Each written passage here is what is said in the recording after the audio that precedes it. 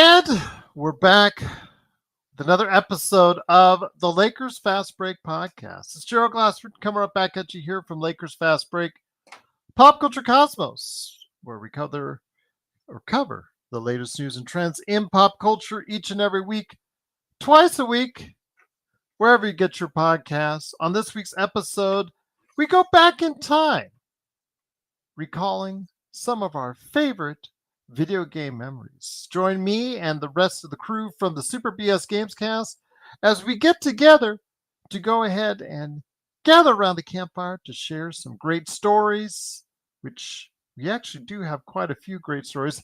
It didn't even fit into one episode. We actually had more than one episode that we taped for it. So yes, the first episode I'm dropping today here in just a little bit.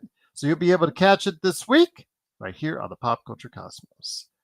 Inside Sports, Fantasy Football. We're covering that for you. Hopefully you had a good weekend at Fantasy Football. This week, Chris Sardieri and I, hopefully we'll be back along, hopefully with Joe Soro, who should be happy that Pittsburgh came into my town right now, Las Vegas, Nevada. In fact, most of Pittsburgh you had gathered by the fact that there were more Pittsburgh fans in the stadium than Raiders fans, which is hilarious and tells you about the state of what the Raiders are here in Las Vegas. Yes, Pittsburgh came in and dusted off the Raiders really easily, so he's a happy guy. So hopefully you'll be able to join him, myself, and Chris Ardieri later this week on Inside Sports Fantasy Football. Don't forget as well our memberships. Always great to have our members. We've got some members right down below. Thank you to our members. I'm listing them out. We give you a big shout out each and every time out. It's right there for you, right below. Running through the crawl right there. Also, as well, you get emojis, badges. You got so many things that are right there for you. All the little emojis of us, badges of us. Also, as well, I've been giving you guys some inside scoop on not only when we go live on the air, but also as well, I put in so far our panelists NBA season predictions. The NBA season predictions for some of us have already been there. Today, I just dropped Laker Knicks season predictions right there.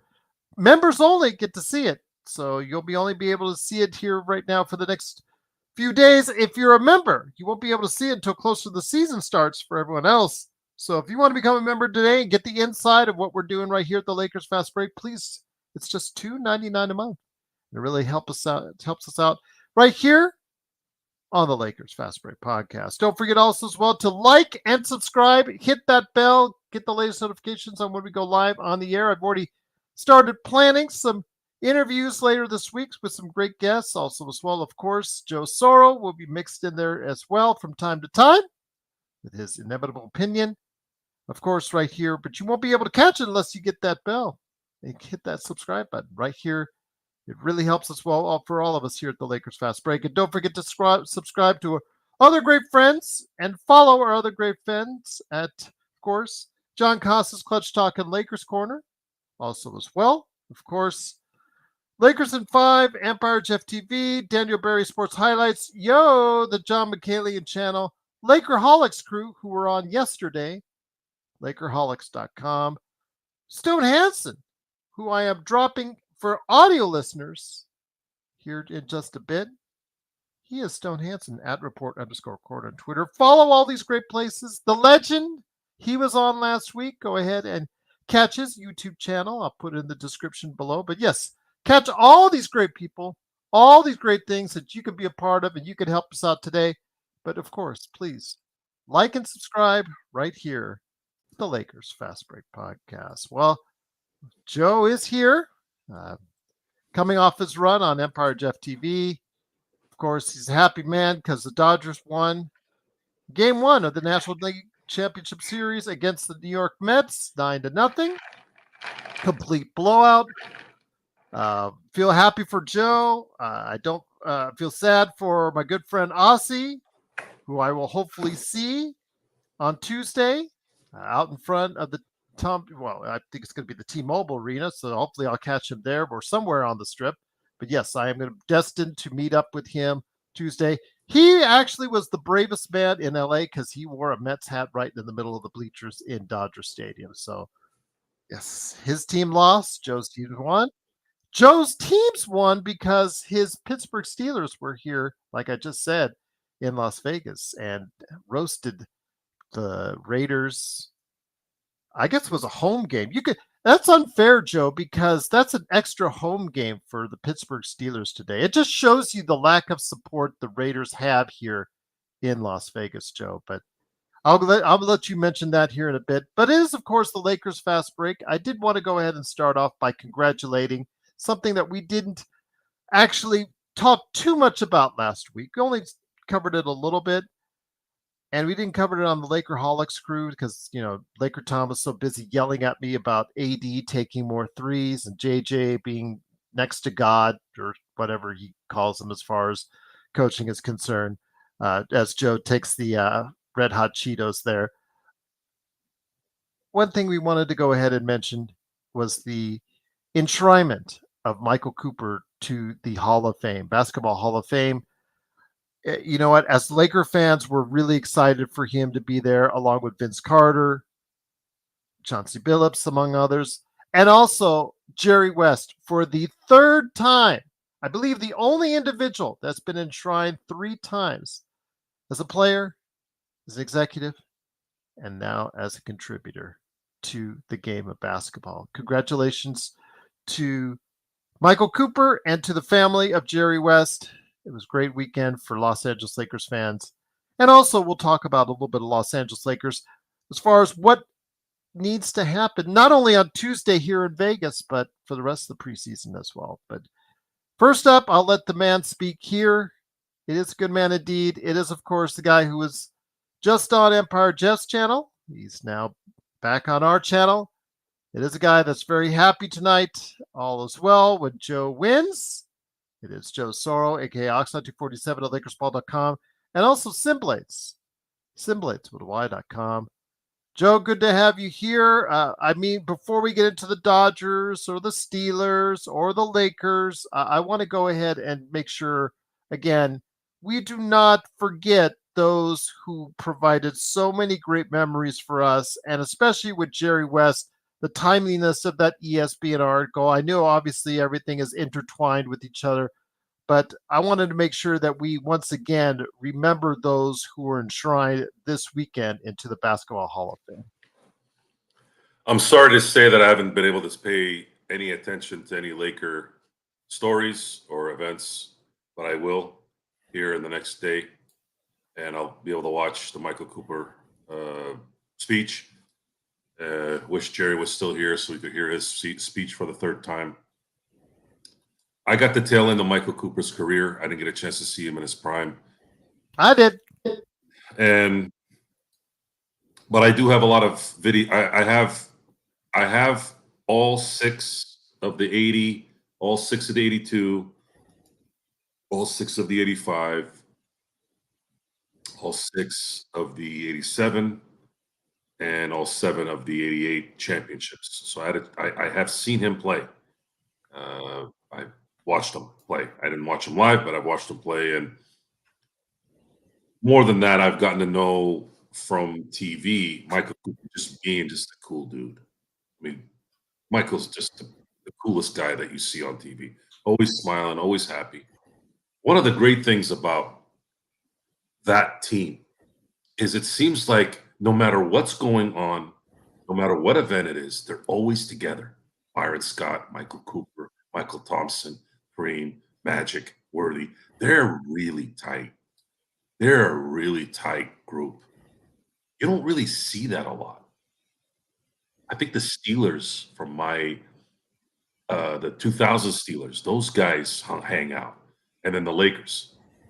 I don't see it. I've never seen Manu and Tony Parker and Duncan hanging out. Maybe they do, and maybe I don't pay attention to it.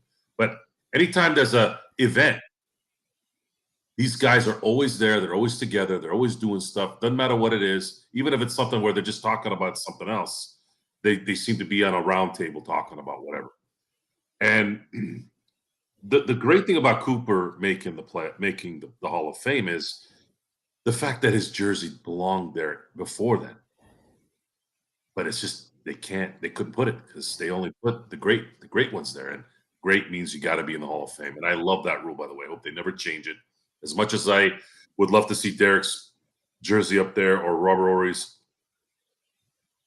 it's for the greats. It's for championships. It's not for the second place stuff. It's not for the division banners. It's not for the really good players. It's supposed to be for the greats. And now Michael Cooper, and then of course Jerry West again for the third time, have been validated as one of the great ones. Xbox is the Lakers Hall of Fame. I don't know what you're asking on that, so I apologize. But great to have you here nonetheless. Of course, it is the Lakers Fast Break. Truly appreciate you joining us for Lakers Weekend as we close this weekend out. It is, of course, Joe Soro along with me, Joe Glassford. Thanks so much again for watching, listening. Seven Grand says Coop was a better version of Marcus Smart. I think he was, absolutely. Marcus Smart, I don't think has achieved the level of defensive prowess or also as well clutch shooting that we've seen from Michael Cooper, of course, the course of his career when he was absolutely one of the most feared defenders in the NBA as far as on the perimeter level. So yes, that kind of notoriety for a guy that, of course, as you look at his numbers, somebody would just sit there and look at the back of his basketball card or his stats online, and they wouldn't be too impressed. That doesn't tell the whole story. They need to see the whole story about the guy who was in many ways one of the toughest defenders that has been admitted over the years by Larry Bird and several other top players of that era. So if you get a chance, go back in time, go on YouTube. And that's the great thing about YouTube. You can go back into and watch the early years of Showtime. You can watch the Lakers 80s when they really started to dominate. And a big part of that domination, Joe, was defense, predicated on defense, rebounding, getting out on the fast break, and also having a player on the wing like Michael Cooper that could not only lock down the opposing team's best player, but also get out on the run, shoot a three, but also be available with his athletic ability for the Koopa Loop as well. Well, the construction of the latter part of the Lakers Showtime team was very similar to the Steeler second version of their run. So the Steelers in 74 and 75 were a run dominant, defensive heavy team. Then in 1978, and this was after coming up short for 2 years, getting to the Super Bowl again, after they won back to back titles in 74 and 75, the NFL changed the rules on how to defend receivers. And this is what was known as the unofficial rule, the Mel Blount rule, where you can only hit the receiver for 5 yards and then you got to let him go. So what that did was that enabled Terry Bradshaw now to create an arsenal, because you had Lynn Swann on one side and John Starworth on the other. And then they proceeded to win 2 more titles after that, which was more offensive heavy philosophy.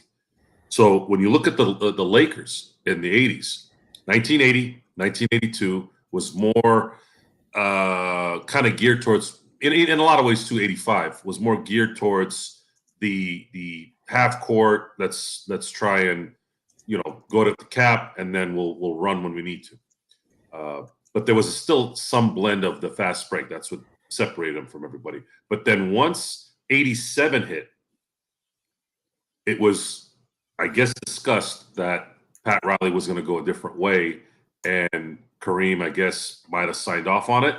And then, of course, we saw what happened after that, which was back-to-back titles for the first time in 20 years. And that was when Magic finally won his first MVP.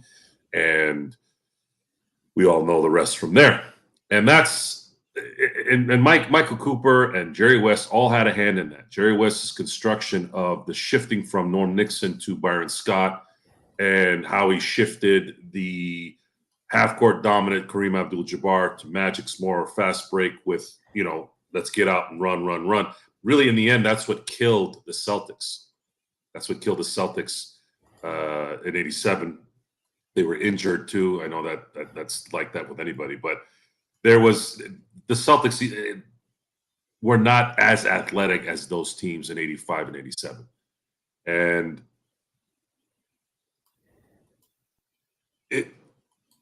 what can you say? You didn't have you had the perfect blend of everything. You had the all-time greats, you had the first round picks, you had guys that were not supposed to be as good as they were, you had guys that came in trades, you had guys that came off great careers that wanted to win a championship, that accepted their roles. And Michael Cooper was one of those guys. Started, what was he, a third round pick? Yeah. Third round pick. Didn't know he was going to make the team. Out of New Mexico. Won. Who the hell comes out of New Mexico to play basketball in the NBA? I only know Michael Cooper. The only other guy I know out of New Mexico that was famous was Brian Urlacher. That's it. I got nothing else that I don't know. So he made it work. Was shooting threes when it wasn't the thing to do. He weighed 170 pounds, yet was on you like glue. Larry Bird is quoted saying Michael Cooper is the best player he's ever played against in terms of him, in terms of someone else guarding him. Yeah. So I don't think there's a bigger compliment than that by anyone at that point. If Larry Bird says you're badass, then you're a badass. And while I have my criteria of Hall of Famers is a little different than most, if this is the criteria, Michael Cooper deserved to be in the Hall of Fame. Jerry West deserved to be in the Hall of Fame 10 times, as far as I'm concerned. And it was a great day, and I'm looking forward to looking at more of the footage on what happened, because I have missed it today. Today's been a very, very busy day for me in terms of sports. Of course it is. I can't say I blame you. But I did want to say again, this is for Xbox, just to get everybody up to speed. Once again, this past weekend, this was the annual enshrinement for those that have been elected to the Basketball Hall of Fame. I know some of the names that you guys were familiar with, some of the names involved. Again, Chauncey Billups, Vince Carter. I think they were the only two as actual players who were selected by the sports writers and whatnot, by their peers. And as far as I guess from the nostalgia part, Michael Cooper was brought in for that, and for as contributors, among other names, was Jerry West as a contributor. He's already in as a player and also as well as an executive. But Joe, even though the contributing part is not based off the Lakers, let's just be honest, it's based off of his time with the Grizzlies, the Warriors, the Clippers, among others. It still speaks to the greatness of Jerry West that he has been inducted for a third time. And I guess you could say it's also based off his time with the Lakers, because if it's as a contributor, he's contributing so much to the sport, even going back to his days in West Virginia. Yeah, got you right there. Let's look at his stint in Memphis. Memphis hadn't made it to the playoffs ever until he arrived, correct? Mm-hmm. And then they went to 3 straight. Granted, they didn't win a playoff game, but it went from 0 to something. You still need talent to compete, right? And they only had Pau Gasol at that point, and that's all she wrote. Fast forward to the Golden State Warriors. He saved the Golden State Warriors from themselves. There was talk about them trading Klay Thompson to Minnesota for Kevin Love. He said, absolutely not. How catastrophic would that have been had they made that trade? Probably wouldn't have won championships the way they did, right? Maybe one, Sure. But not 4. The other is the Clippers. Is it a coincidence that he was there when they acquired Kawhi Leonard?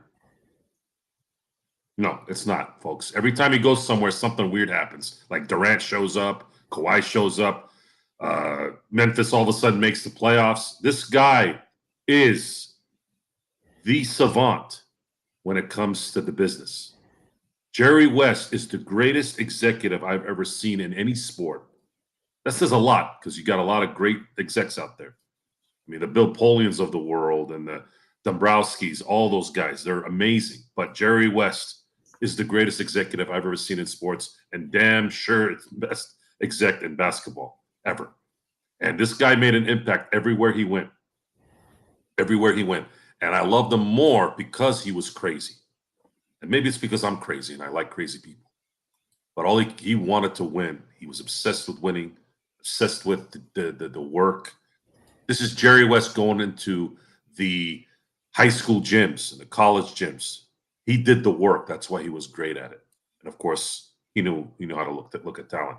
There will never be a summer like 1996. There will never ever be a summer like 1996. Shaquille O'Neal, Kobe Bryant, and Derek Fisher all in a 3-week span. I mean, can you deny it?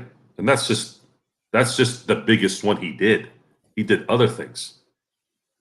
He got Kobe twice. Twice. Now you might be wondering, wait a minute, what are you talking about twice? Folks, I believe Elgin Baylor, another Laker great a lot of people forget about. He committed to the Clippers. He told Elgin Baylor he's coming to the Clippers until Jerry West pulled him to the side, figuratively, and said, you cannot play for that owner. No way. So not only did he get you once, Laker people, Laker owners, Laker execs, whatever the hell you want to call yourselves, he got you Kobe twice. How bad of a summer would that have been had you lose Shaquille O'Neal and then Kobe Bryant after that? Jerry West made sure you didn't. And that's the part that boggles my mind. Is there any of that thought process? And I'm not saying that they should have hired him back. I'm even giving Jeannie and the people that have been there this whole time, like Kurt Rambis' wife and Kurt Ram, whatever. I get it. You guys didn't want to work with Jerry West anymore, and you were tired of his attitude, maybe, and maybe you guys got into a spat. You're never going to forgive him. I get it. Things like that happen. You work with him for 30, 40 years. I get it. But the way you treated him is unacceptable. No matter what he did, short of killing your cat, your dog, whatever the hell is that you guys hold dear, like what could Jerry have done so bad that you had to text his wife because you had no balls to tell him that he wasn't welcome? To his face. Say it to his face. Have the balls to at least give that man the respect to his face. What did Jerry West do? Seriously. I might not know. We might not know. He might have done something bad that we don't know about. It's like the mystery of Marcus Allen and Al Davis. We don't really know why Al was so angry at Marcus Allen. I have a theory. I think he might have dipped his ink in someone else's cup that Al Davis held dear to him. I don't know. Just taking a guess. Usually that's what it always is. I don't think Jerry West was caught up in anything like that, but what was it? What really was it? I want to know. I really want to know. And I think they owe us that as Laker fans because it doesn't make any sense. Jerry West died with a broken chain from the franchise he helped create. Jerry West was an LA Laker. He was an LA Laker 20 years before Dr. Buss came. And in that article by Baxter Holmes last week on ESPN.com, it alluded to, Joe, the fact that he, was thinking, maybe I shouldn't have ever been a Laker at all. Maybe I should have played somewhere else. This is how I'm going to be treated at the end of my career and even after my career, after I've given so much to the organization. Where did it all go wrong? Why was I continued to be treated like this after all I've given to this organization? I don't know. It would be a great question to ask Jeannie what really happened. I don't know if she'd ever tell us. Is it because, I speculated it's because of the Phil Jackson Jeannie Buss thing when they were all together and it was, obviously causing a rift at that time. Is that pettiness still lasted for years on end? And now the Lakers only posthumously, after he's passed away and has been inducted for the third time in Hall of Fame, you're now doing what you need to do. Although again, the patch issue and the tiny 44 next to the larger, much larger Bibigo thing still irritates both Joe and myself. Uh, it's just disappointing to see what happened as far as how it just never really repaired itself. The fractured relationship between Jerry West and the Lakers, but that shouldn't denigrate at all what Jerry West has contributed to the Lakers and what he has contributed to the game of basketball, Joe. Going by common sense and those who have been around Jerry West, why is it that Shaquille O'Neal loves Jerry West? Why did Kobe love Jerry West? We're never going to know. Kobe's gone. Jerry's gone now. Who else is going to say something? Would it be maybe Vanessa? Maybe Vanessa can point something to this, because I'm sure Jerry and Kobe talked about things. But the pettiness is the way of the world, because the older we get, the more we advance as a society, at least in this country. I'm starting to sense a little bit of adolescence starting to come back, because what happens when everything is good? What happens when there's always food and there's always shelter and there's always someone supporting you? All these things that the country, society gives. Why? When you don't work for what you want, when you're given it, you're going to create an entitlement. And there's a lot of levels to this. Even the richest guys and the guys that are putting in work to be, let's say, professional athletes, all those guys, like, they're gonna retort with, well, I worked to make it, and I've been playing this long, and I put in work, I work out, I do this, I do that. I go, there's certain levels to it. It's from the lowest to the highest. Some people were genetically gifted to do certain things. Most people are not. And what I'm noticing about adults, and maybe it's always been like this, and it's just we know about it now, but I do think it's getting a little worse, where this pettiness and this childlike response to things, you go online and people get offended so quickly, and everybody wants to be called certain things and completely change the American language, and you can't say something, otherwise somebody's going to go, oh, you don't want to say that because you might do this. At some point, society needs to say, look, F all this garbage you're talking about. Look what this person is. Look what this person did. Unless we don't know, was it bad? Was it something so secretive that no one knows anything and it was that bad? I don't know. We really don't know. I'm just basing it off what I've seen. I'm going to take a wild guess that Jerry West wasn't into any weird stuff. Pardon my ignorance, but seriously, come on. Something would have came out. It always does. So what is it, Jeannie? What did he do that hurt your feelings so much that you got to put some high sodium trash marketing that's the size of freaking Seattle next to a little bit of a shit stain on an underwear on top of 44? Really? You couldn't just shift that up to 44 a little bit? You couldn't wait. You've got that jersey everywhere for 82 games, plus playoffs, plus in-season tournaments, plus play-ins. You couldn't have just given the respect to a dead man who helped build your franchise for 40 years, 50 years. You couldn't just honor him with just the number. These are the little things, and it's not even before Jerry West. That's why I'm siding with Jerry, because they've shown this kind of stuff before in other things. And we've gone over this at nauseum. I'm not going to go over it again. These guys. Well, I just want to say, Darren says, Seven Grand says, do you think a failed businessman was more important than Jerry West? The reason why he's being honored is not just his time with the Lakers as a contributor. He's being honored for his time contributing to the game of basketball overall, Joe.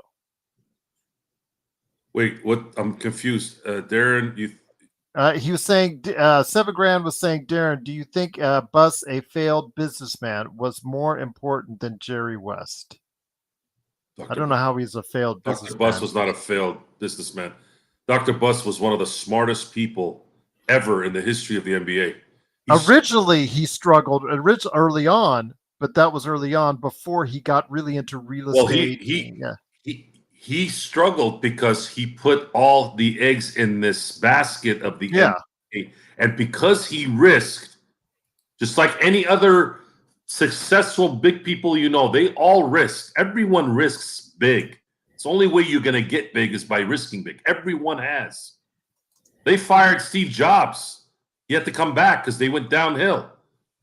Would you even fail well, then? even if you remember, he was to the point where he didn't have enough money to Yes. buy the Lakers and everything else that was involved with buying to purchase the team. I think the Forum was involved as well, and he had to borrow money or get money from Donald Sterling of all people as well. If you check out the first episodes of Winning Time, if you haven't seen it on HBO Max or whatever outlet you have around the world, I highly recommend it because it gives you, yes, it is dramatized, but it does tell you an outline, Joe, as you know, it does outline the beginnings of how Jerry Buss bought the Lakers. Well, I'm sure there's some truth to some of the stuff on there, but I'm not basing my information on. It's not a point, but it gives you the general so people can research it more. Dr. Buss struggled in those times because he sold everything to create what the NBA eventually turned into.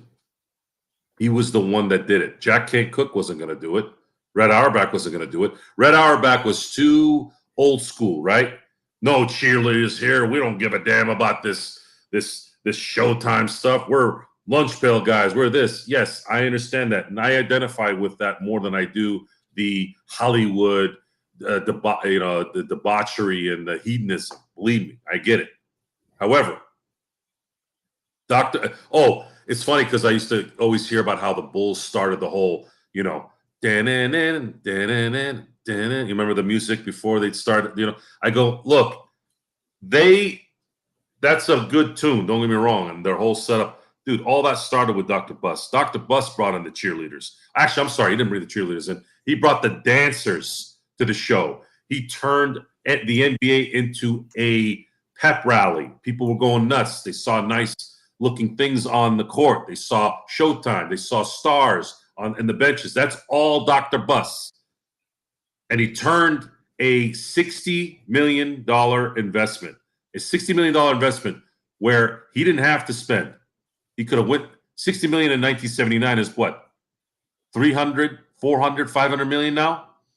He could have sat back, lived his life, front row in the Laker games and not done anything. Instead, he put his ass on at stakes. What is the word? He put his money, his ass, his life, all on that table and said, "I'm going to do this," and turned it into what Forbes is saying, I think a $7 billion product now from 60 million bucks. I'd say that's pretty successful. However, you always need help on the way up, folks. And if you have to pick one guy out of all the people, there were a lot of guys. Magic had a say in it. Bill Sharman had a say in it. Pat Riley had a say in it. Heck, even Paul Westhead had a say in it. Jerry West he's the Laker. He was there from the beginning. The second they moved to LA, Jerry West was there. And he did the greatest job we've all ever seen in everything he did. And it's sad that it had to end like this. It's sad. I don't know why, but I'm going to base it off of what I know and what I've seen. Big mistake by the Lake organization for doing this, because it's never going to be a reconciliation because the man is gone now. And that's the sad part. It's unfortunate. And it sucks too, because I think if Kobe was still here, there might have been something that could have played out. Because I didn't hear this much negativity until after Kobe died. Coincidence? Remember I told you about the patriarch and the matriarch? I'm telling you, man, Kobe dying screwed so many things up. Him dying screwed a lot of things up, man. When he went out, a lot of things fell apart. It's almost identical to when my grandmother passed away in 96. I saw uncles, I saw cousins just fall out after that because they had no authority. They had no authority watching them, or the authority that they respected so much that they kept themselves at bay. Yeah. That's my take on it. Once again, it is the Lakers Fast Break. We're finishing off Lakers Weekend with Joe Soro and myself, Gerald Glassford. Thanks again for watching, listening. Truly appreciate it. Don't forget our coverage later this week, Tuesday night, as the Lakers head into Vegas, my town, to play the Golden State Warriors. I'll see what we can do to try and get the hookup for playback.tv. Once again, whether I'm here with you guys, I'm probably going to be here because my schedule's not going to allow me to stay for the entire 2 hours for the game. So instead of that, I will probably be with you guys for most of the playback, along hopefully with Joe as well for Golden State and Lakers. And then also as well bring you post game on that, plus all our episodes this week. I've got actually some interviews coming up later this week as well, if everything goes right. So we'll see. We'll see. But Joe, before we get to close out the show with our thoughts on the Lakers and what they need to accomplish in the next 3 games, which they probably won't listen to us and they'll probably play plenty of Bronny instead. Pittsburgh came into my town, Las Vegas, to go ahead and face off. And I think it's just where we stand with the state of the Raiders right now. People ask me all the time, you guys have asked me on this show, how are the Raiders perceived here in Las Vegas? And I was like, yeah, you see, I'm wearing the Golden Knights shirt, and Golden Knights created here, are from here, embraced by here to its entirety. They put on a show unlike any other team in hockey. Yes, they're 3-0 now, but it's just early in the season, regardless. But it is something that has definitely been magical. The Raiders borrow heavily from the presentation the Golden Knights do. They can't get away with it half as good as they do. I've been to a few games now. It's half and half, or it's leaning slightly towards the Raiders in most games. But today was nowhere near a Raiders game. Today it was a Pittsburgh home game, to be sure, Joe. And they played like it in their win over the Raiders. Well, I'm sure the transient culture of the Raiders being in Vegas had something to do with that. But the Steelers are in my estimations, I know the Cowboys have something there in the Packers, but I don't think anybody travels better than the Steelers in general. And there's a spreading out of the fans. So in the 60s, at the end of the 60s and the beginning of the 70s, when the steel mills closed down, a lot of Stiller fans, as they call them, dispersed around the country. Matter of fact, a lot of people moved to other countries too. There's a huge Steeler contingency in Costa Rica. And in America, Steeler fans are everywhere. And it was right around that time when they started winning Super Bowls too, where they started getting around and people stuck with it. And you also factor in how TV changed from the 60s to the 70s. When you're more prominent to see something specific on TV, you're going to probably be more engaged in that. That's why you see a lot of Dallas Cowboy fans. That's why you see a lot of Steeler fans, because that's when TV, NFL films started getting really, really big right around that late 70s, late 60s, 70s time period. At the time, let's say 1978, at that moment, there was the Steelers were at 2 Super Bowls and the Cowboys were at 2 Super Bowls. They were going to play for kind of the supremacy of the 70s decade, and they ended up playing in Super Bowl 13, and Steelers ended up winning it and getting that title, and Steelers ended up winning another championship the following year, and that's what everyone saw. That was like those two teams that you saw that were advertised. And fast forward to now, factoring in how Pittsburgh kind of changed their culture in their own town due to economics. People dispersed. People created their own little sections everywhere. I remember when I moved to San Diego, the first place I found was a Steeler bar across the freeway from where San Diego State was. And I watched all the Steelers games there because DirecTV had just started getting popular around that time. TV wasn't as readily available like it used to be, but I used to go watch those games there, and 90% of the people there were ex-Berg guys. And that's probably what most of it is. You can go to Jacksonville, you can go to Baltimore. I don't think there's ever really been a game I've watched where you start hearing Steeler fans. Now, if you go to Baltimore, you'll probably get more Ravens fans, obviously, in Cincinnati and all that. But when they start winning and the team is not winning, you'll start hearing the sounds pretty well at the end of the games. Well, I told you the other day I went to the Cleveland Raiders game, and it was 45% Cleveland fans as opposed to Raiders fans. It's not even funny, Joe, the lack of support the Raiders get for their home games. It's kind of hilarious, and I don't know if it bodes well for or bodes not so well for the new baseball stadium that they're bringing here with the Oakland A's, because there'll be extra home games for the big teams like the Dodgers, the Red Sox, the Yankees, whoever comes out to support their teams. There'll be less A's fans and more of those fans coming in. It doesn't matter anymore, Gerald. It doesn't matter anymore if a city doesn't want a team. It's fixed. And looking at the Raiders as an example, when Mark Davis was in Oakland, I think his team was 31st. Might have been 30, definitely the lower three in terms of net worth. Let me see if I can find this statistic here. Just pardon me for a second here, real quick. Let me see if I can find it. Where are we here?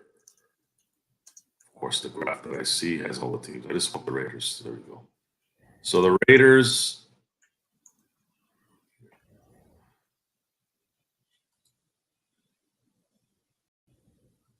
He's right here. He's still doing it. I'm sorry. Here. So I'm sorry.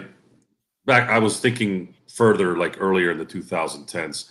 In 2019, this was the last year that the Raiders were in Oakland. Their value was $2.9 billion at that time. They were 12th in the league, which in a lot of ways isn't bad, right? But let's fast forward to 2024. I know that the league all kind of went up too, but not like this. So you have, what was it I said, 2.9? Yeah. And now they were 12th in the league. And now this year in 2024, they sit at 7 with 6.7 billion. So just in 5 years, they more than doubled their worth. And that's because of the stadium, Vegas. And that's why they do this. The A's are worth, in sports franchises terms, the house of a cardboard box. When they move to Vegas, it's going to go way up. Yeah, Xbox, even if they were really good, today's game would still be a Steelers home game. They're just, because Las Vegas is such an easy place to travel to. Yeah. It's funny because who was it that asked me?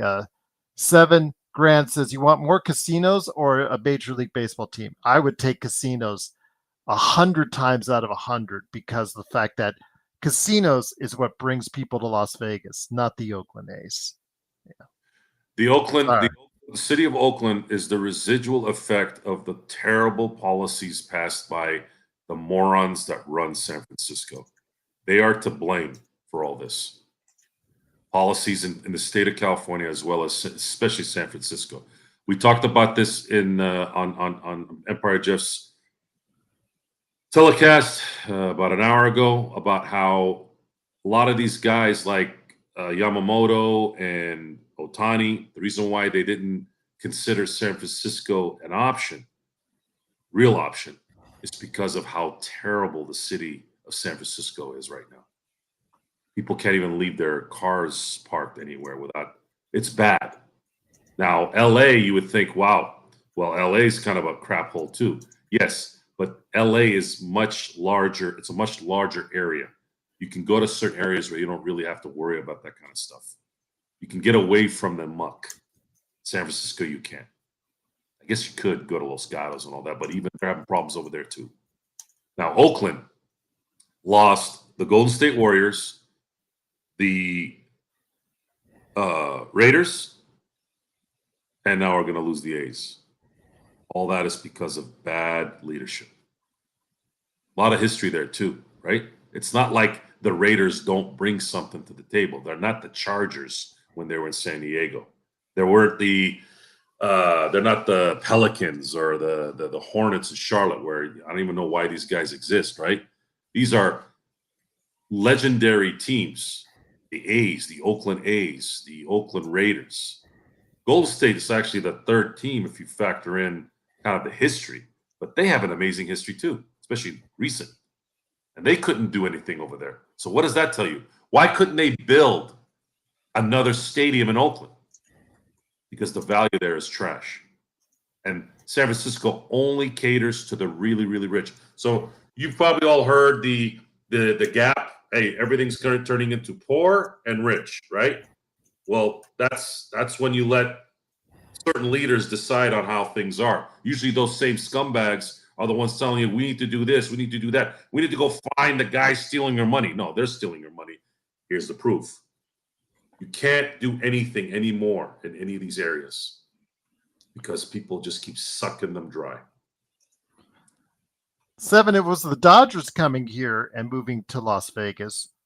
I don't think a lot of people would be mad about that. I wouldn't be mad about that, but who cares about it? 7 Grand says, you said it best. Who cares about the A's? No one cares about the A's. The fans in Oakland only cared about the A's until after they said they were going to move. And then now it's, oh, stop from moving, stop from moving. Oh, let's all show up at the stadium on the last day. That speaks a lot about how they truly care about the team. Where were you when they were averaging 300 or 400 people in a 50,000, 60,000 seat stadium? When it was the Oakland Mausoleum, people kept calling it. So yeah, it's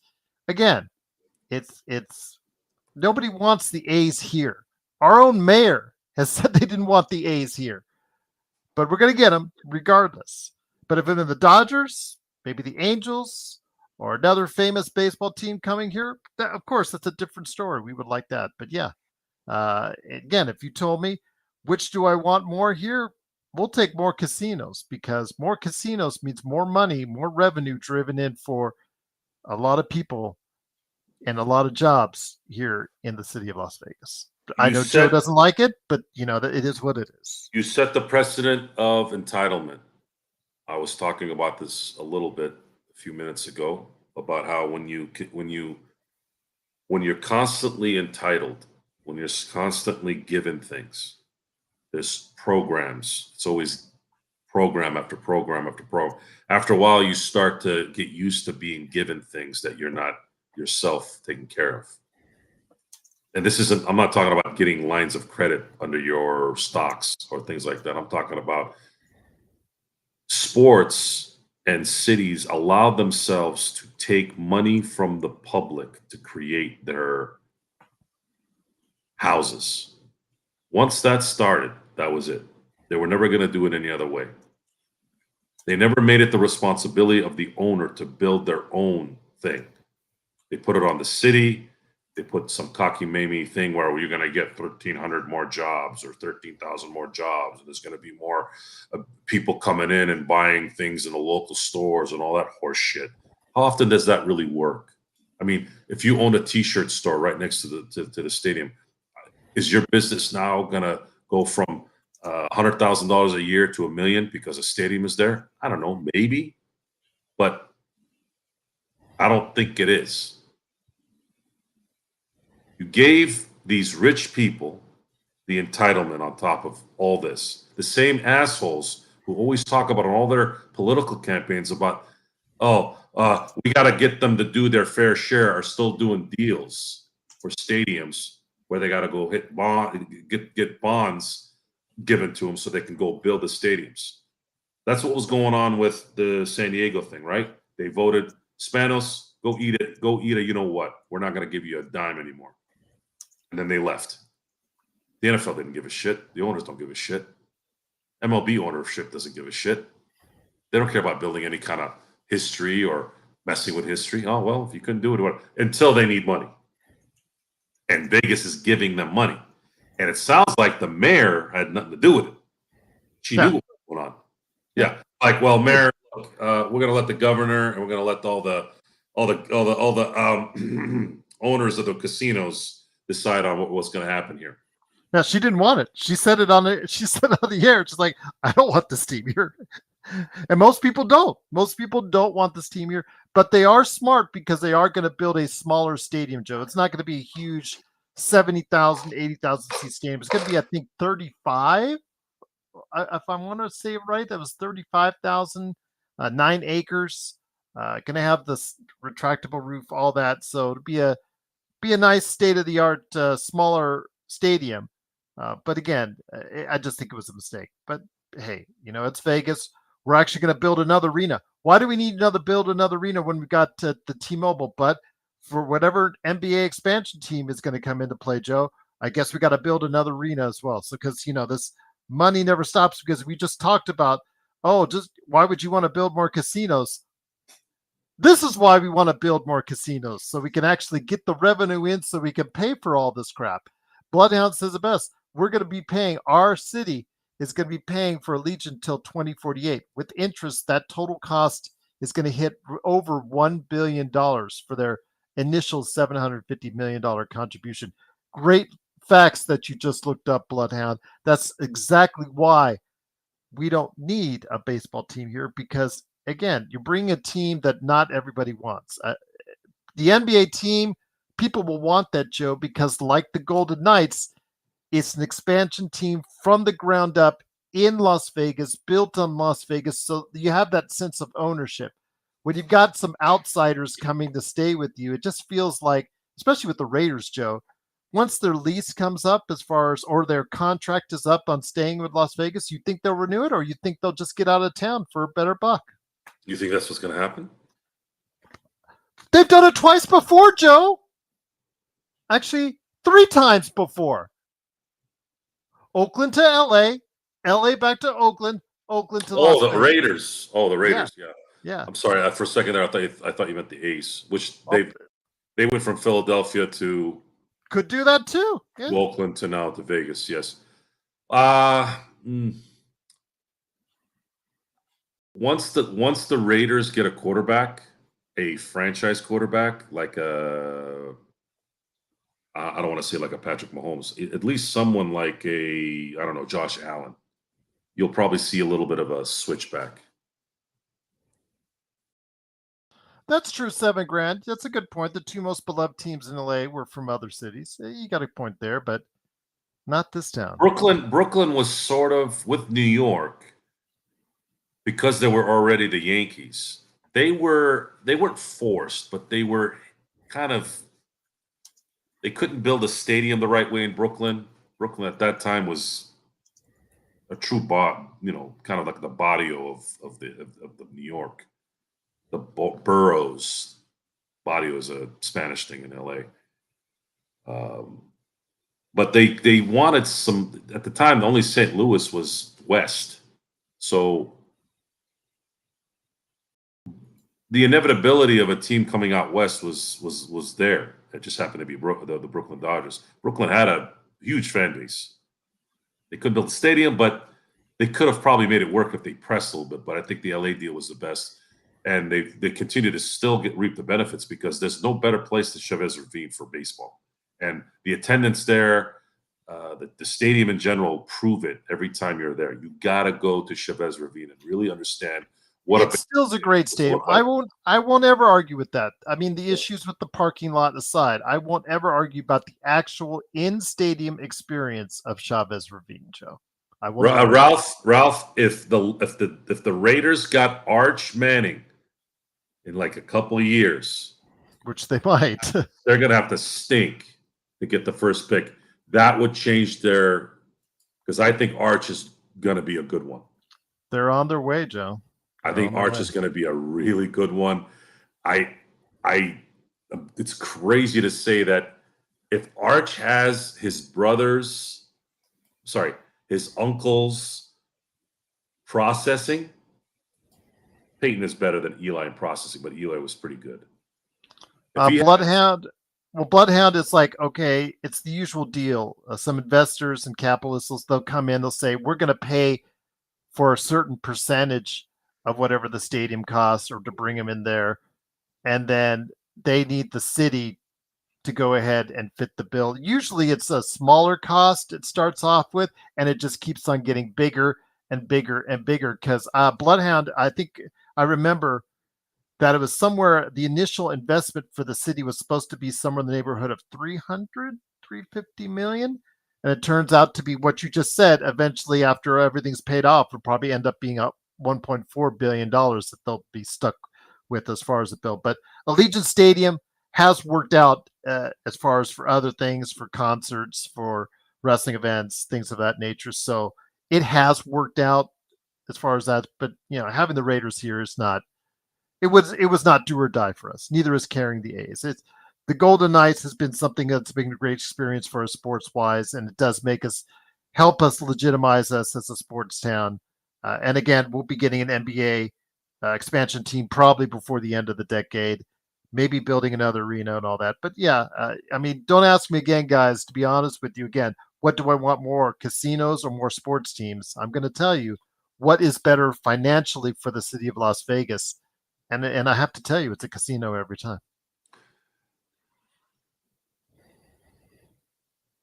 I would have preferred the Raiders to move to LA. Rams in LA is fine too. Again. And then figure out a way to keep the Chargers in San Diego. That would have been the best, yeah. That would have been the best scenario. There's a huge fan base in LA. It would have worked. Do you think a lot of that heat, as they say in pro wrestling vernacular, that we saw in the San Diego LA series, do you think some of that might have been just because of the fact, some of the Chargers leaving, San Diego always feels like LA's kid brother, stuff like that? No, the San Diego Dodger thing has always sort of been there. If you go back to 1998, 1996, the Dodgers were up 2 games, so they needed one more win in the last series to win the division. Padres ended up sweeping them and winning the division by 1 game. They ended up losing the playoffs, but it's San Diego, Southern California, and all that then didn't have anything to do with what's gone on now. The only thing that's changed in the last 5-6 years is that the San Diego Padres don't operate like a small market team. They operate like a number 2 market, like LA. So they've been able to acquire talent. Their farm system has developed the Fernando Tatises and all those guys. And they're bringing in guys to like Darvish, and they brought in King and all those guys. You've got big name free agents with talent, good farm system, good stadium, and they are competing with the big boys now versus when they would get lucky every now and then. And it's been consistent. They've been competing consistently here the last few years. That's where that rivalry comes from. And the fact that they've kind of had it there, but now it's truly a rivalry. Because back then they got lucky a couple times, but more often than not, they're still a little brother. And right now they are. Right now they're still a little brother. They blew it. They blew it big time. They had every advantage here, going up 2-1 with the decider being in their house. But what really ended up happening, and I talked to EJ about this before we even talked about it the last couple nights.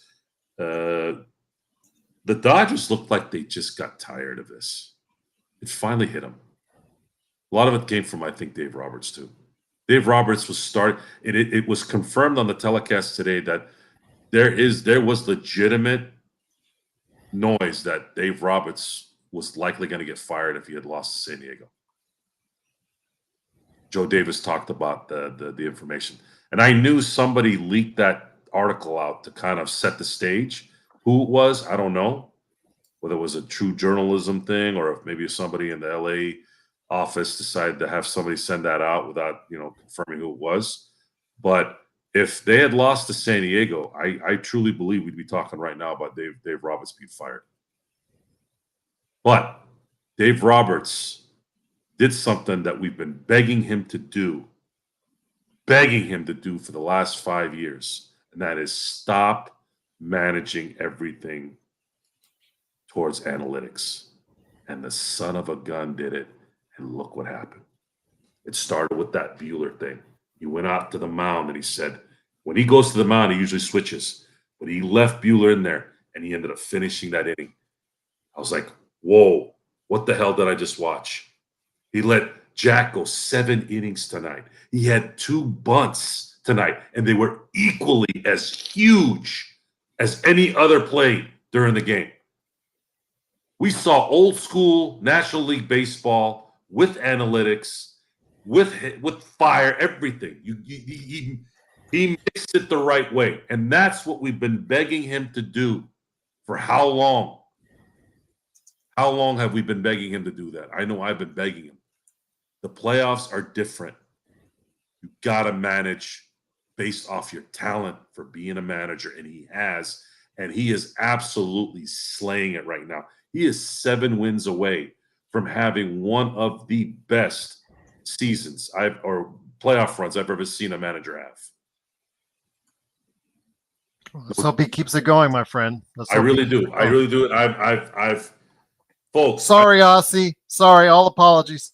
Folks, I know I sound harsh sometimes to these guys, and I want to really, and I think I'm putting myself in a really bad position in the future if I ever circle these things. I don't consider Dave Roberts anywhere near a genie or a Rob Pelinka. Everyone knows Dave Roberts is a great person. He's known for being someone who's really, really cool. He's a really good dude. But this is about the professional side. And it was taxing.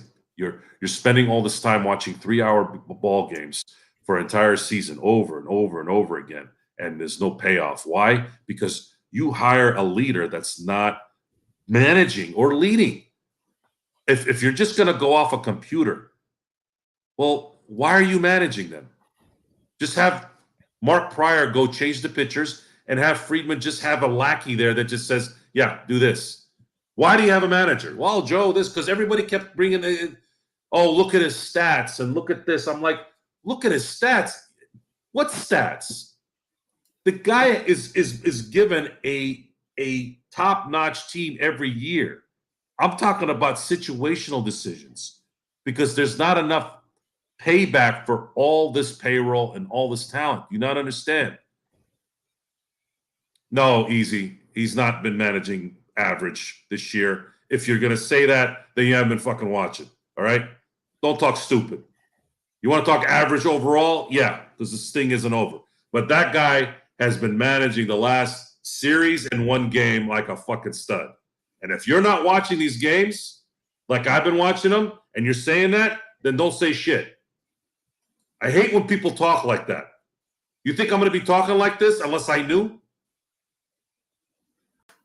I think what gets people confused is that he goes from where you're praising him now to, let's flash back 1 month ago. Forget about 1 month. No, I told you already. I already said I'm talking about now. Yes, I know you're talking about now. I'm just trying to.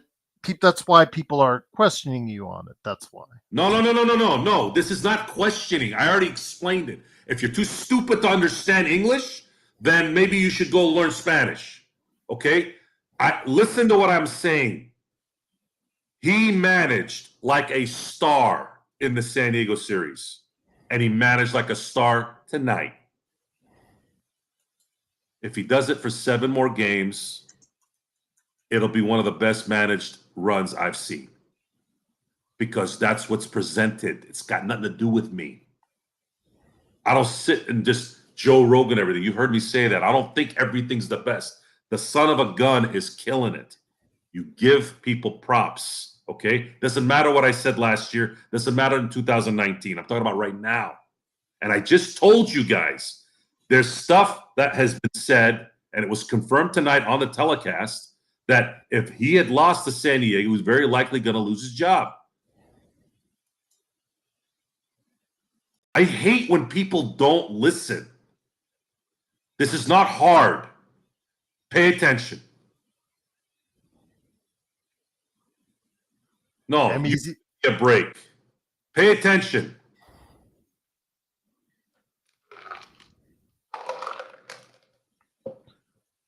See, he just said a great manager. Jesus Christ. He's been doing you got to admit The he's been doing a great series. job. I'm talking about this series, you freaking wallhead. Do you not get it? He's been doing a great job Jesus Christ. in the last 3 games. Absolutely has hit every button right in the last 3 games, Joe. 2024 run. You want to call him average for his entire career? Fine. Talking about this year. This year. This year. This year. This playoff run. You getting it? You got it?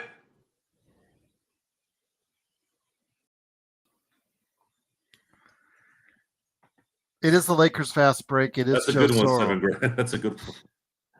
Along with me, Gerald Glassford. Thanks again for listening. And before we head on out, just want to mention again, the Lakers are heading to Vegas. Vegas has been a hot topic so far on this show. Speaking of which, coincidentally, the Lakers are heading into Vegas here. Thomas and Mack Arena, T-Mobile Arena, I'm sorry. They are heading in to play the Golden State Warriors. Hopefully I will get the opportunity to meet Aussie in person. Anytime you guys are in Vegas, if you want to hit me up, man, I'd love to go ahead and meet you. Maybe have lunch or something, man. You guys are just awesome. So to us. So if you guys are in town, you can always hit me up, LakersFastBreak@yahoo.com.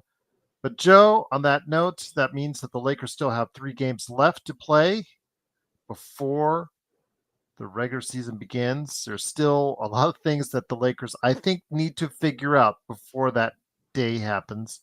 Yes, the starting lineup has looked very competitive.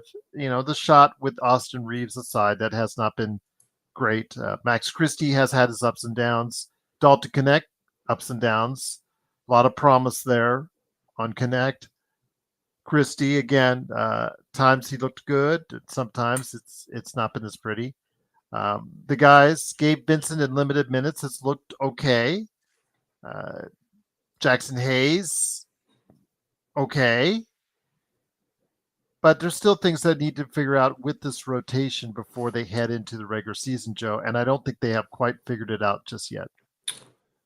I await game 1 patiently. Preseason is not my concern right now. I want to see how they set up the lineups against Minnesota in game 1. Okay. I think I pretty much know what this team's got. I want to see what kind of decision making is going to be done and when.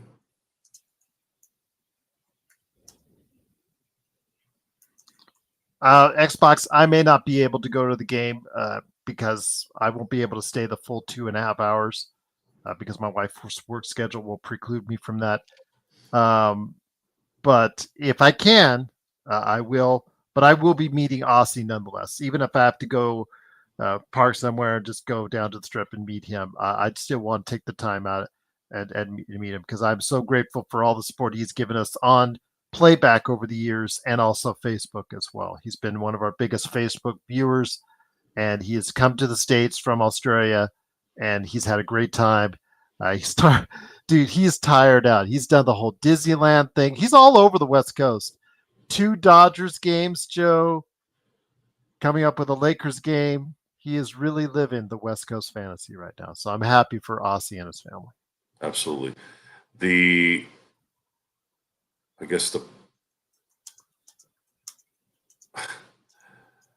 I don't know. I'm curious to see. I'm curious to see how the minutes are going to be distributed on game 1. Yep. Well, are you talking about the aside, brawny minutes aside? And as far as the New York, Minnesota tiff, I don't. I got an inkling that DiVincenzo didn't want to go to Minnesota. Well, it's also, I think it was an inside joke to Tibbs and Brunson, and I think the older Brunson took exception to it because he wasn't knowledgeable. It was an inside joke that DiVincenzo was trying to go with Tibbs, and Tibbs got it because it was an inside joke. But I don't think the elder Brunson got it, which led to the issues at hand. But Rick, he could be one of those sensitive types. I have friends of mine that are sensitive like that. but the actual Brunson, the player now, is really close friends with DVD, and I don't think that any. No, Jay.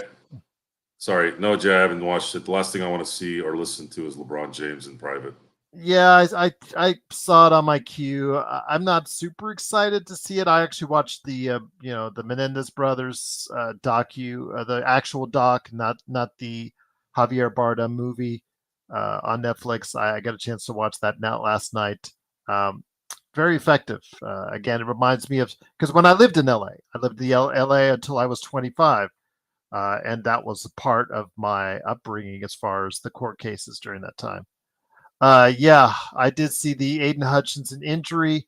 The Lions smoked the Cowboys, but did cost them did come at the cost of Aiden Hutchinson. So, yeah, I'm hoping he does. Yeah, I hope he gets better. I just hope he gets better, and I hope he gets right, and maybe he'll get back on the field one day. But we'll see. Let's just hope he's able to go ahead and lead a productive life. It was very sad to watch that today. What happened? Aiden Hutchinson. Yeah, that was terrible. Yeah. Usually, when it's a broken bone, you think it's okay. It's better than tearing a knee, but the way his bone broke is not good. Yeah. Yeah, I was. What was I saying before I got out? It was my browser's closing on its own for some weird reason. What was I talking about here? Damn it! I think I was talking about the Knicks and their spat. Anyways, I guess it doesn't matter. Yeah, it was just truly disappointing to see that happen. I feel for the kid. I'm hoping he'll find some sort of normalcy back into his life again. But yeah, just watching it back on the replay now on Twitter, and yeah, it's not good. So, I'm assuming he went into surgery tonight. oh yeah. Did they say if it was successful or not? No, I've not heard any update on it. So, Ralph, find out what's going on, man. Let me know. It's yeah, I'm watching now because yeah, when he went into his own teammate, that's the part that tibia was his tibia. Yeah. He swung his leg around and boom, it snapped in half. Yeah, it's pretty sad. Yeah, it's pretty sad to see. The worst one I saw, I think I'm gonna say the Sid Vicious 2001 Sin. That's probably the nasty. I know Joe Theismann for a lot of people out there, but I'm going to say Sid Vicious was the one because there was no business for him doing that move. I know he was asked to do it or ordered to do it, and yeah, that's something he was unfamiliar with or uncomfortable with, and should not have done that. But he was on pace to break the record too. Yeah. Bloodhound said, "Did you guys see that Sam Mitchell NBA TV video?" I did. Yeah, I don't think he was joking. He got pissed. He's a guy. If you've heard him for a long time, like I have on NBA radio, he lets people go. They get him for only so far, and then he's just like, you know what? I'm going to shoot it straight from the hip and tell you what's up because and you know what? He got back at the guy too by putting his address out there. He put his address out there and got back at him. So yeah. But there might have been an issue before they got on air or things that have progressed. Probably. That's what that is. It's one of those things, people to go back to us with, people say, why I miss Sean. Can't you get Sean back on the show? Well, you've seen it. We've gotten on the air. We think they were all good guys, and we're all joking around. And how many times has it happened where he just didn't like the way we were joking around? And Well, I've talked to Sean again. He hit me up not too long ago, and I've been talking to him a little bit. He knows. He knows, and it's a lot of it is he can't help it. if he comes back on again, you can count the days or months Yeah, before it's it happens unfortunate. again. Yeah, it's unfortunate. Sometimes it's just like there's certain family members or your friends that might want to work with you, and you know their temperaments, and you know their their triggers, and then you finally have to break it down to them. I had a for a very short stint. I had someone who wanted to work with me, and gave her a shot, gave her all the resources needed for what needed to get done, and I had to tell her that she wasn't it. And she retorted with, "No, I think I am." I go, "No, you're not." And then a week later, it was confirmed. She ended up not doing anything. I said, and people will interpret that, at least on her end. Oh, Joe didn't give me a chance. Joe didn't do this. People have their own visions. We've seen it already tonight. They have their own visions of what things are. They'll misinterpret things a certain way when it's not true, which is why I get heated with that, because that's where problems start. Because if you're not able to interpret certain things, you're quickly to get offended, or you're quick to retort without thinking. You got to think, folks. Okay, you got to think. You got to listen. People don't listen, and they don't think all the time. They're just too concerned about saying things and being right. I'm not here to be right. I'm here to talk about things that are right or wrong. But that's it. It doesn't matter to me. Credit, no credit, compliments, no compliments. I don't give a shit about any of that.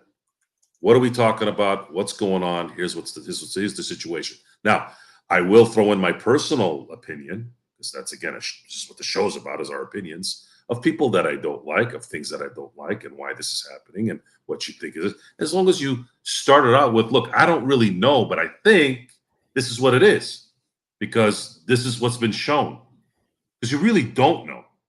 I think the Jerry West genie busting is the classic topic of that. We don't really know what happened. So for us to sit here and say all these things like we know, it's probably not good, because what if we end up finding out something wasn't good, and you're like, "Oh, that's why it happened." So that's it. That's Xbox, how. that's a good question. Xbox, probably it's not best to bring him on. Bring him on either full time, or you don't bring him on at all. Because he would just be asking us to come on if we already gave him a taste and put it back on, like Joe did. Joe put him on, so start putting him on. Then you gave him more. He wanted to come on more, and he wanted to come on more, and he wanted to come on more, and everything was fine until he got upset for something Joe said. Blamed Joe, blamed me, blamed the fans, blamed everything. He blamed the world, and then Again, I'm gonna let me clear this ended. up so you all know how this works. Sean, as an example, has things going on in his life, and some people see things differently, and that's fine. It is what it is. Not everybody can do things the way it's supposed to. Now, beyond that, I'm 46 years old. I'm not playing high school games. I didn't play high school games when I was in high school. Maybe in junior high, but not in high school. If I start sensing there's bullshit going on, stupid petty shit, I cut it right away. Somebody's upset about something, if someone is feeling left out or whatever, that stuff gets nipped in the butt right away. Now, I know a lot of you don't. The general person does not like confrontation, and I get it. You don't want to ruffle the feathers, you don't want to be that guy.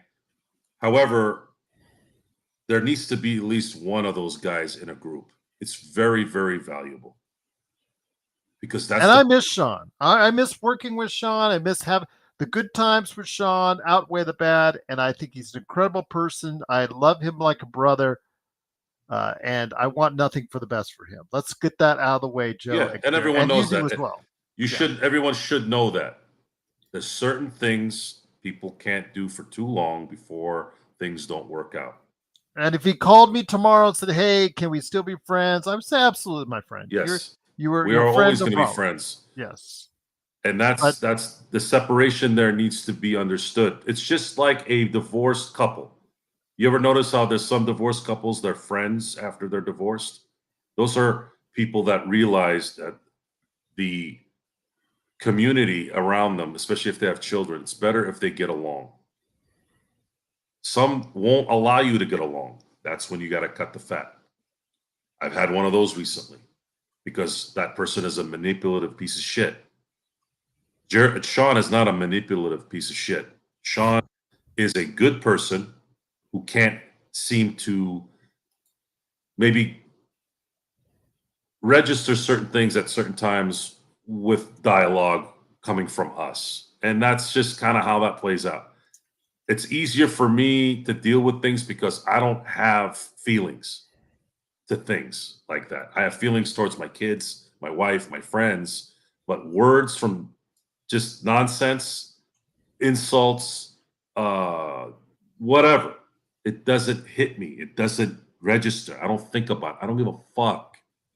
I miss Kurt Affair, though. Yeah, I don't know what you guys did to him to cause him not to. And that's the other part too. That's the other part too. Is I don't like people leaving here because there's a spat, but it's going to happen, and we have to deal with it. I can't. Kurt was such a great part of the show. We can't control 1,800 people. At some point, you're going to have to deal with certain things you don't like. Yeah, I miss him dearly. Search, if you see him or anybody sees him, just send him our best. He doesn't have to come back here if he's not feel comfortable with enough, but just let him know that I thought he was an incredible part of the show, and I wish him and his family all nothing but the best. I'll tell you why a lot of that happens, though. A lot of people that live in those drama-filled type things,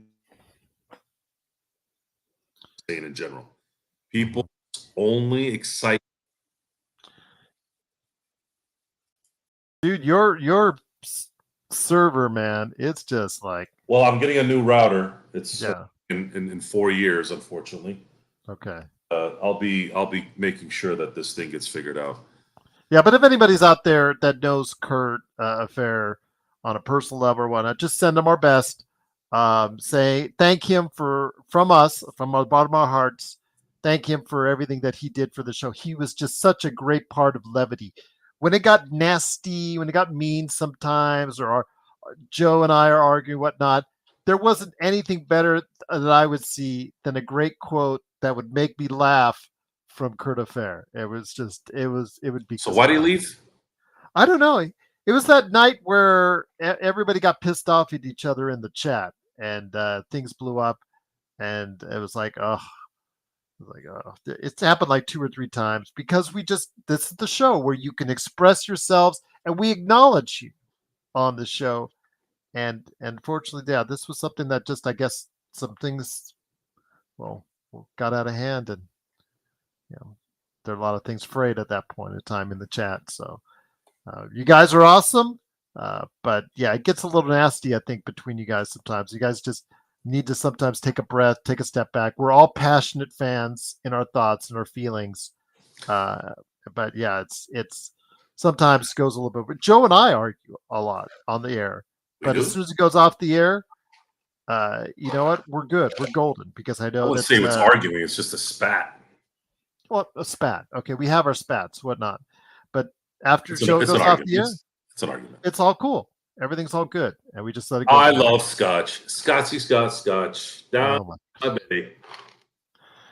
But anyways, Joe, it's been a great episode. You had a long day, and then of course you got to spend time with him. I'm just watching TV. It's not that big of a deal. I haven't done shit except watch TV all day. I will go back to work tomorrow, though. Okay. On Indigenous Day. Yeah, well, don't blame yourself. Don't blame yourself, Search. We love you, Search. Don't blame yourself. Nobody should blame themselves. Kurt's an adult. If he wants to come back, he does. But if somebody knows him out there, just tell him we send him our best. Yeah. So, yep. On that note, it is Mr. Scotch Joe Soro, aka Ox1947 at LakersBall.com, along with me, Gerald Glassford. Thanks again for watching this. Did you forget your name? Almost. It's that late. So All right. had a long day. So myself. So Seven said he went to the pumpkin patch and dinner with my lady too. Now that's something to enjoy. Congratulations, Seven. That is awesome. I hope everything went well, and I hope maybe you'll be getting some just desserts as well. So, yeah. yep. Ralph D has been in. It says he's been in his boxers watching. Yeah, man. football. Sundays are the laziest days during football season. I didn't need to hear about the boxers part, but the watching football days. I do nothing on Sundays. Yes. Sometimes I'll sneak in the morning somewhere and do something, but other than that, it's once 10 o'clock hits on the West Coast, it's all right. And on that note, it is the Lakers Fast Break. Truly appreciate you joining us. We'll be back tomorrow. Plus, hopefully, I've lined up at least one interview for you guys. I'm trying to get one or two more for the rest of this week. Along with Joe Soro, it is Gerald Glassford. Thanks again for watching this. Again, if you're ever in Vegas and you just want to say hi, hang out, or have lunch, whatnot, hit me up, LakersFastBreak@yahoo.com. Almost everyone does it that stops by here, except for a certain Joe Soro. Remember when we were supposed to meet up but didn't because you just didn't want to travel the actual mile and a half it is? Oh, you mean when I got a call, my buddy was divorced? Yeah, I know. Screwed up my whole day. I was like, still gonna have lunch with me, I know, but that whole weekend got jacked. I drove hundreds of miles to see. Okay, actually, I didn't, but I drove miles and miles to see you, my friend. Actually, that I did. But could you drive 1.5 miles to see me? No. Never. Not the other way around. That's how it is. Seven Grand says he wants to go to lunch with. Hit Joe up in Temecula. I still got to go to Darren. I still got to go to that pizza place. I know that pizza place. I was supposed to go to when I was in San Diego. If I go again, I will reach out to you, Darren, and get that taken care of. He says he wants steak and shrimp. There are two things in this town that's not at a loss: steak and shrimp. So, but JSJ, like it. Yes, JSJ, Serge, 7 Grand. Great to have you here this early in the morning. Truly appreciate it. Ralph D, everyone out there, cannot thank you enough. If you know someone in your life that likes talking Lakers, there's no better place to go than right here at the Lakers Fast Break Podcast. Scotchy Scotch!